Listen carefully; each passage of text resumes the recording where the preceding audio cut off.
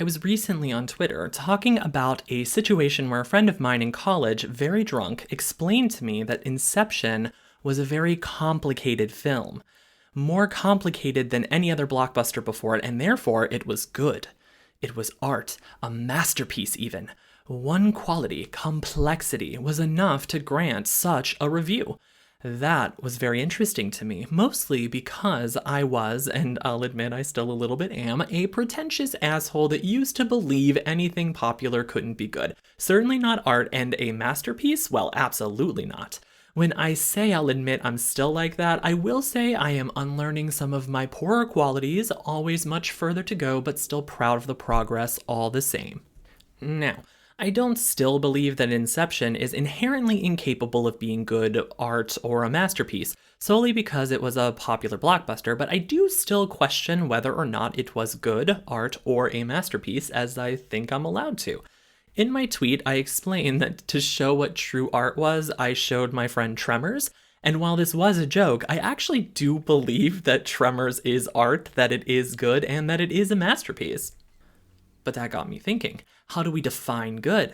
Can I, or dare I ask, should I, be able to, or dare I ask yet again, be capable of even comparing two films that are so different from each other, with entirely different budgets, storylines, casts, and special effects?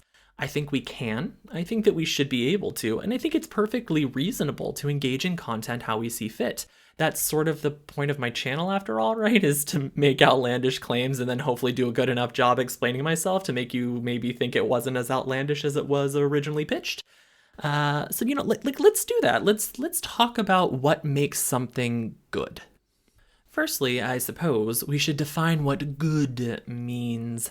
I think good is a catch-all term here. It is something that explains the worthiness of something, in this case, a piece of media, a piece of art, what have you, and aligns it to a position where people should want to, or maybe even ought to, engage with it. It is good, it is worth it, and thus someone should seek it out, or at the very least put it on that endless list of things you'll say that you'll actually engage with, but then never actually do. Good is good. You did it, Oliver. You summed it up. But what I think good does is allows for additional investigation. If something is good, that's when we start to ask the question, is it art? Is it a masterpiece? Should I suggest this to other people?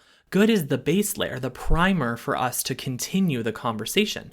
After some heavy reading and Googling and milling over old information that was stored in the back of my brain from college, I think we can clearly define two specific spheres of determining whether or not something is good. Each of these spheres comes with qualifiers that can ultimately help us make a read on whatever it is that we're looking at.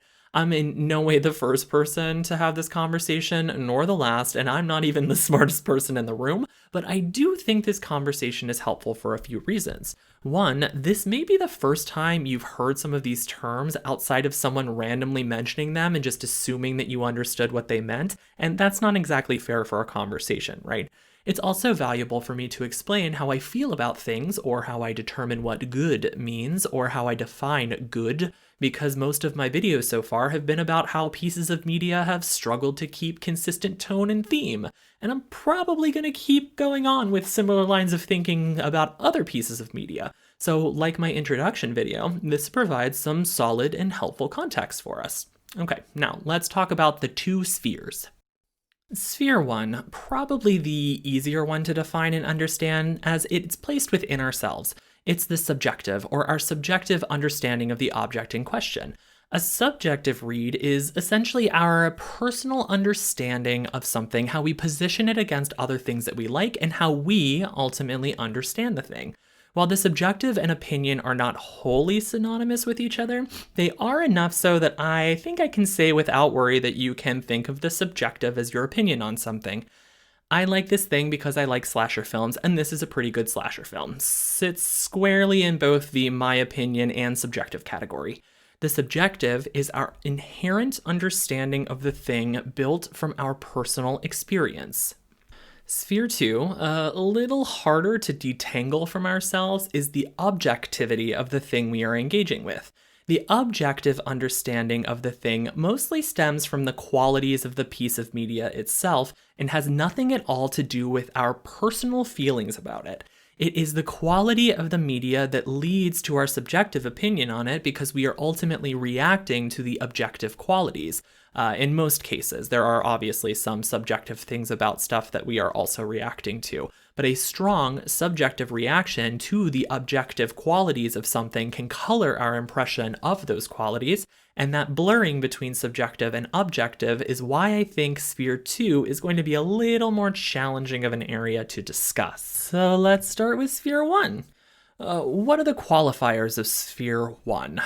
There are tons of ways to define the characteristics of subjective reality, and philosophers have been fighting over for about thousands and thousands of years now, trying to distill some of it and put it in our own little terms. I've come up with 5 things that I believe allow us as viewers, people engaging, to determine from a subjective standpoint whether or not something is good. Number 1, its vibe, like its mood. How did it make you feel? 2, our time and place in engaging with the piece. Where exactly were you and how were you feeling when you first saw it?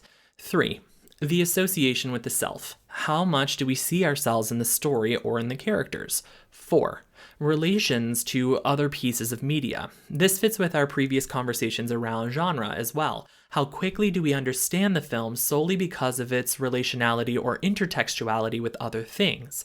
And lastly, 5, did I get it? And that's a big one because this doesn't necessarily mean whether or not you got it because it was complex or not, but did I feel like I understood what the director was trying to get at, and did it make me feel something? Did I have like an oh moment, a moment where I smiled because I felt deeply connected to what it was showing me?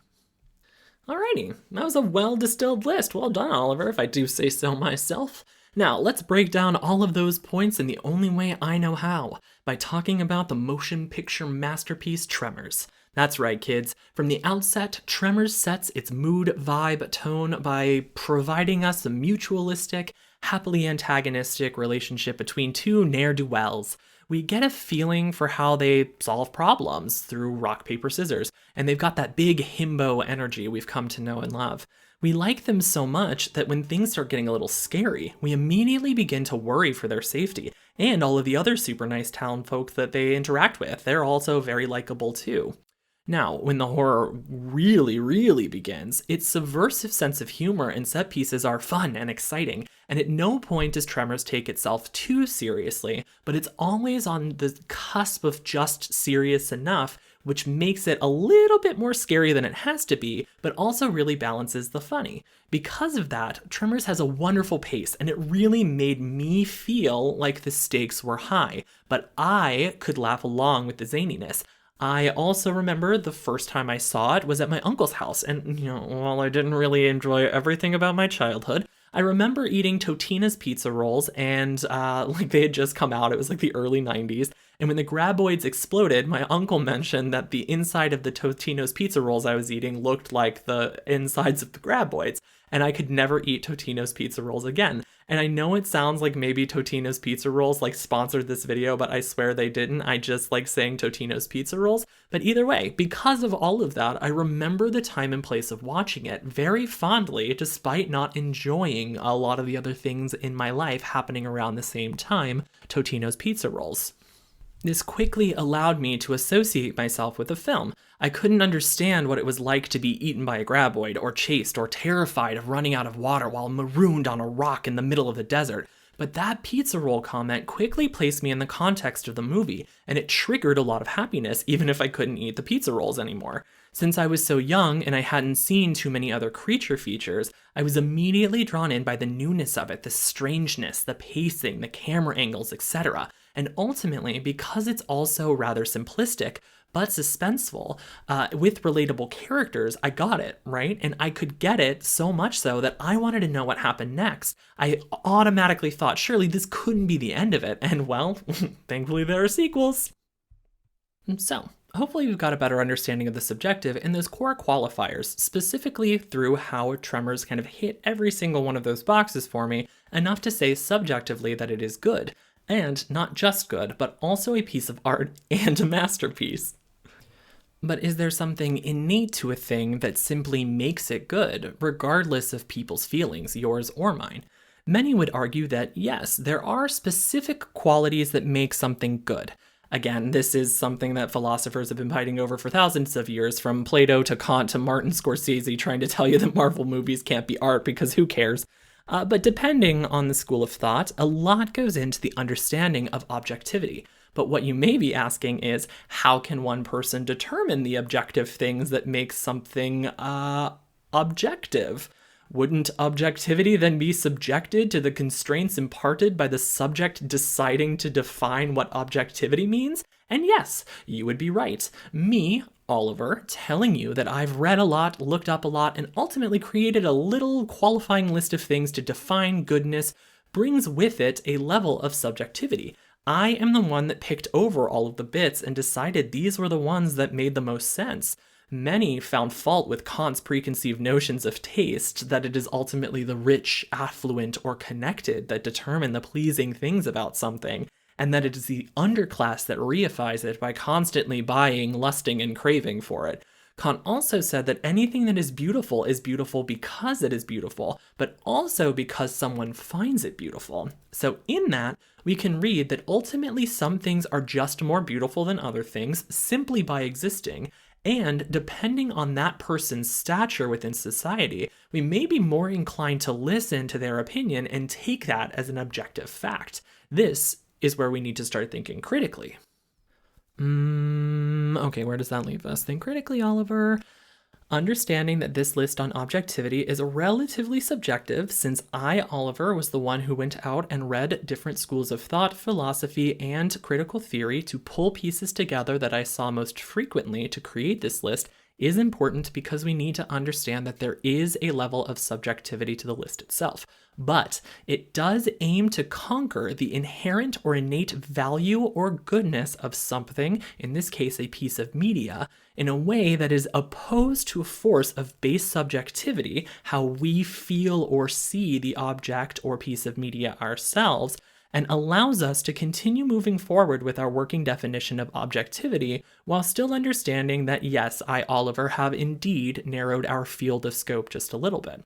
With that in mind, I believe there are 5 qualifiers that are present most frequently when we talk or think about objectivity. Number 1, its place in the cultural canon or zeitgeist. This one's challenging, but I'd argue that everything can be related to anything else, and in fact, we do this all the time, good or bad, even if we don't recognize it. Things that happen around similar times within our sort of chronology, we often compare them together. We often look back at things with a lens of nostalgia and then compare them to things that are coming out now. This is just something that we do.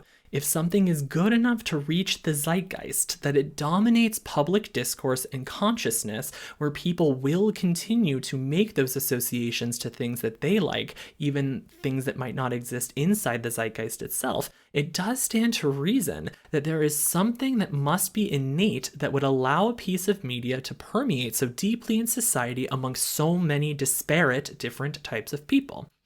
This does not mean that popular things are inherently good, just that popular things must have some quality that connects them to so many different people.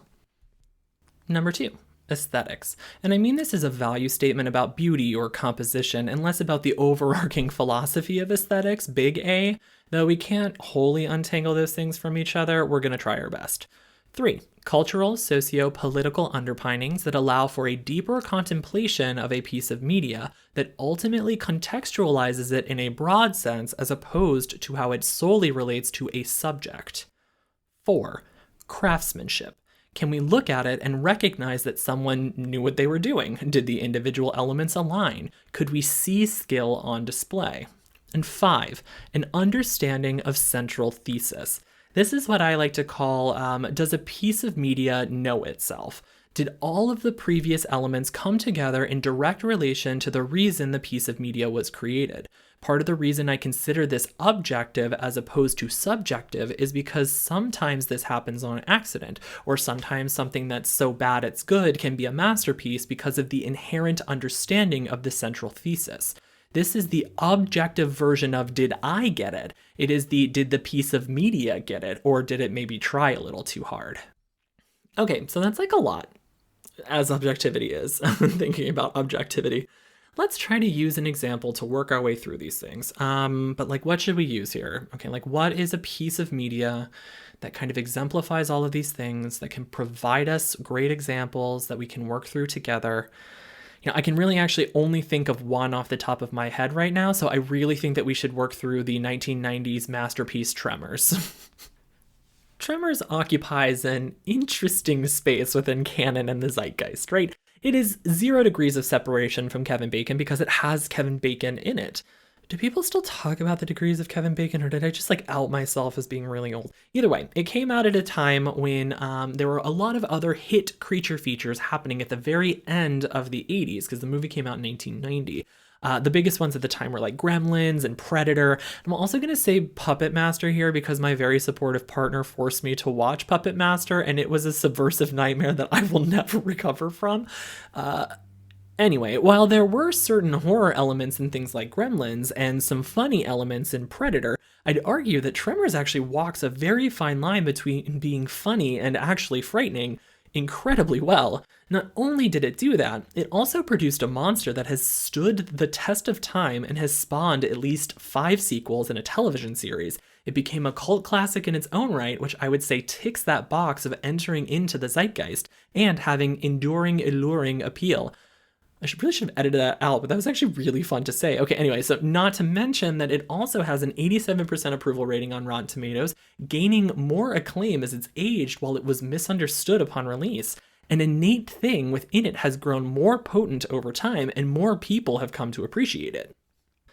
Tremors utilizes its setting to do a lot of work too. It provides us a postmodern Western film. Keep going, Oliver. Where the philosophical question at the center of the story, a regular facet of all Westerns, is ultimately about consumption. A store is our central location. We see gluttony of guns on display at the Gummer House, and Val and Earl are always chasing their next big cash break. And, I mean, our main villain is all about Vor. It plays with the Western setting to give us terror in broad daylight, establishes a sense of community only to prove its isolationism, and utilizes minimalism to provide intensive scares before giving us the monster in full view. And even then, it uses shots of the monster sparingly as our heroes begin to fight back. Its cast of characters have wide-ranging jobs, from gun nut survivalists to handyman, scientists, artists, and shop owners. It uses the colorful cast of characters to show the slow breakdown of community, to building the community back up to fight and escape together. Tremors isn't just a vibe or a mood, it's a time, it's a place, it's a look, and it is a feel. It's an aesthetic. Within this setting, Tremors also does something else insanely well. It uses this small community to show us wide-reaching socioeconomic and political underpinnings that drive character choices and motivations, and explain actions throughout the film. Tremors is a deeply feminist film, representing a warrior woman who is in a loving relationship with her equally gun-passionate husband, a young scientist who provides deep scientific context to events in the story and is greatly respected as a resource amongst the other survivors and is often looked towards for answers, an artist and mother who is deeply protective of her daughter, and her daughter who has some really awesome hobbies all of her own, which is mostly just pogo sticking around. Each one of these women are respected members of their community, are varied in personality and interests, and 2 of them are instrumental to the survival of the entire group. Walter and Miguel are 2 people of color who are shown to also be loving members of the community and escape most tokenism, which is pretty impressive for a movie like this. One is a shop owner and the other is a farmer, and while some of the families live in houses, others live in trailers and compounds. Walter's shop acts as our central hub for the town. Miguel knows how to operate a tractor to send graboids on their way. Val and Earl's everyman background and overly masculine need to one-up each other keeps them on their toes, making increasingly more difficult decisions in engaging ways. Heather and Bert believe themselves prepared for just about everything, and when they kill one graboid, we become really excited, but when they realize that they can't take them all on, it becomes even more frightening. On and on, character backgrounds help us to understand them. They aren't mere characters or fodder for the graboids. They are people that we root for, to the point that when some of them are taken out, it's actually quite painful. They exist at a level beyond just ourselves, but grounded in cultural, socio-economic, and political thought. A big thanks to Tremors Saga, Just Another Film Nerd, and Unseen Hollywood on Twitter for this as well. I also learned a major factor in building out Tremors was to create a scenario and action sequences that felt like they could happen to ground not only the actions of the characters, but also to increase our character development and understanding of their character actions. Strong writing is what allows us to care for the characters and ultimately pushes us to root for them when the stakes continue to grow more dire. The cinematography is also impressive, the film is quite well photographed, and we've already talked about the use of setting. The creature designs are insanely believable and grotesque, and many of the early sequences of the film ratchet up the horror as the graboids continue to kill things before we finally see them. Overall, it's a simply well-made film, not just a well-made creature feature. That intentionality only comes from a strong understanding of the central thesis of the story. When we leave Tremors, we know that we've seen something special, and we know there isn't another Tremors. I mean, aside from the fact that there are 5 sequels in a television show. The people involved knew the assignment, and they knew it well. Not only did they know it well, they made it work. Tremors sticks well to its themes, characters, story, and its creature designs, and creates a strong piece of centralized media, what I would consider a strong piece of art. Tremors has a lot of innate qualities that lead me to say that it is good. It was so good that I decided to interrogate further and found that, objectively, it was at the height of its class, and so, subjectively, I loved it. I do think it's important to mention that just because Tremors hits every box both objectively and subjectively for goodness, and that it hits all of those boxes with absolute gusto, doesn't mean that every piece of good media can or will do that. This is why Tremors is a masterpiece, because it accomplishes so much with so little. When we consider something being good, I think it's wholly realistic that it might be a piece of media that hits 2 or 3 of the objective boxes and manages the same number of subjective boxes for you as an audience member. Remember, I'm using good here as a term that puts something in a position where we want to keep watching, that makes us want to interrogate further. So maybe its aesthetic is a little off, but it's pretty good in everything else. If that's enough for you to want to dig deeper, for you to want to suggest it to someone else, then I think it's reasonable to call that good. And that leads me to my last point, the intertwining of the objective and the subjective to make a holistic review of something. Something can be objectively good, right? There are types of music that I can recognize as being objectively good, but do not appeal to my subjective desires in the slightest.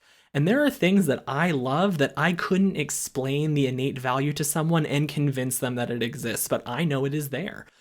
But when it ultimately comes to how we feel about something, whether it is good, bad, great, art, or masterpiece, it ultimately lives in 2 separate spaces and at one space at the same time, and I know that's very confusing. When I think about defining what good is, I don't think about whether I like the thing, but whether or not it has those innate qualities that brought about my subjective desire to keep watching, which then led me to like the thing. And just like the the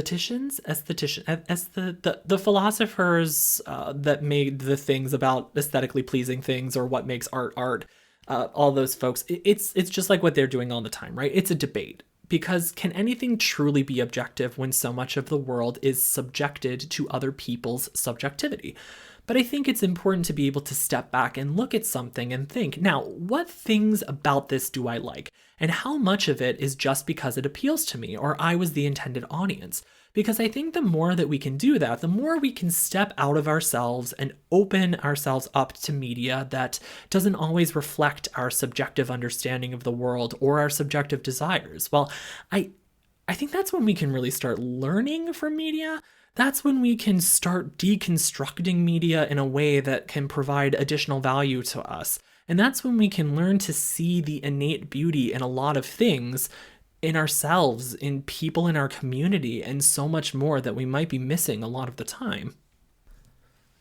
So do me a favor, and I know it's a lot to ask, but go watch your favorite piece of media, or listen to your favorite album, or read your favorite book or comic book again, and really step outside of yourself for a second and think, why do I like this? Is it just because it's got people like me in it?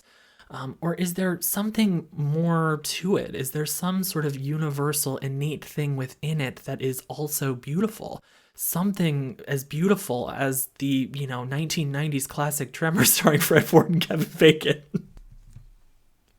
Hello, everyone, and thank you for listening. This one's a little bit silly, but I do hope that we learned a lot about subjectivity, objectivity, and also Tremors today. So please like and subscribe, share the video, post a comment below, specifically if you've got some Tremors-related trivia or a specific Tremors that you love the most or a Tremors moment that you love the most. I'm always down to talk about Tremors, so please feel free to sound off in the comment section below.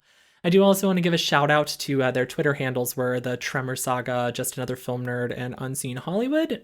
This video was originally just going to be about objectivity and subjectivity.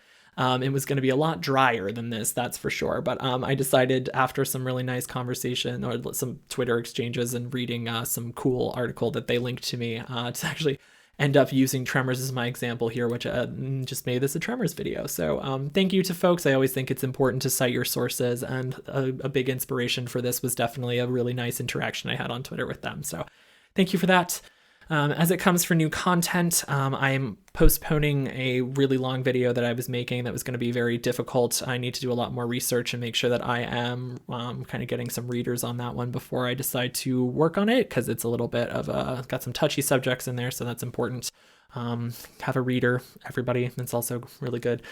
So kind of a little bit, I've got some backlog of ideas for shorter videos that I'll probably be pulling forward, so just keep an eye out, but might be a little longer in between videos next, but either way, thank you again for watching. Again, like, subscribe, let me know about all of your Tremors stuff below, all of your memories. Did anybody in your family also say that your Tostino's pizza rolls reminded them of the inside of a graboid? Happy to know about that as well. Don't want to be the only person, but thank you so much, and excited to see you in the next video.